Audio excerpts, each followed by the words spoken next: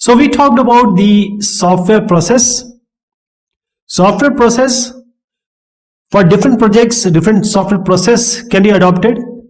Now Howard Betzer, he is the gentleman, he gave us certain ideas on this software process because this is very important in software engineering. In his famous book called Software as Capital, he regarded software as a capital. Capital is all about money, is dollars. And he also said that developing a software is all about learning. Basically, it's a social learning process. That is, you are making certain software, then you are interacting with people, you are interacting with the stakeholders, you are interacting with the technology. So basically, you are learning. It's a social learning process.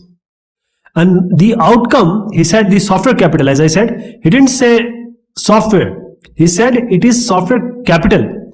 And what it is a combination of, while you are making a software, it is the combination of or amalgamation of knowledge which is being collected while you are developing the software. This is the knowledge. It can be the practitioner, manager, or even the consumer.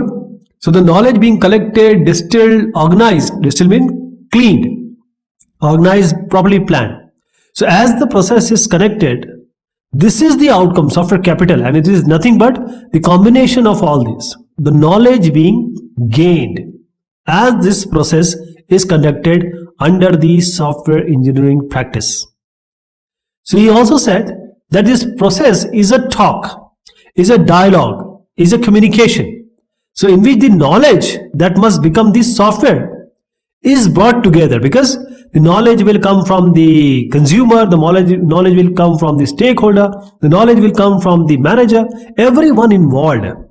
So this software process is all about dialogue, and it also includes, as I said, the technology. So all these are fed into the software. So there is a kind of interaction also, as I said, dialogue, talk, so it's interaction. And it is not about individual like the user and designer, the consumer and designer. It is also between the designer, that is the person who is designing the software, along with or with the evolving tools and technologies, the techniques.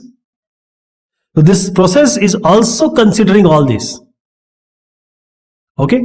So what happens here is that this is the software process is an iterative kind of thing. Here, the evolving tool, that is, some new technology has come. So this will act as a medium for the communication.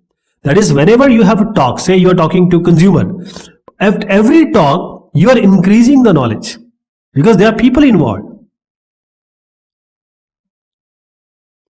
So software process is a framework for certain thing. Software process is, you can say, a big box. Inside this, we have another box called activities. Then we have another box called actions. Then we have another box called tasks.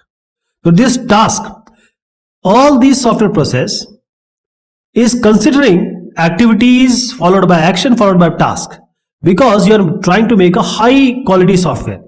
The process, as you see here, you can take software processes, prototyping, spiral, or waterfall, all will have activities, actions, and tasks.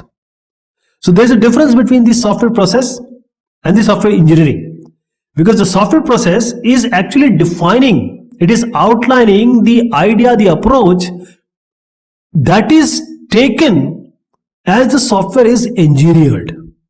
Whenever you are making a software, the software process will define, will tell you the approach. It can be prototyping, waterfall, spiral, etc. But the software engineering, along with this software process, it also have the technology. It also encompasses, incorporate the technologies that populate the process, that will enhance the process. It will be technical methods. It can be automated case tools like this case we have talked about. So this is the difference between process and engineering.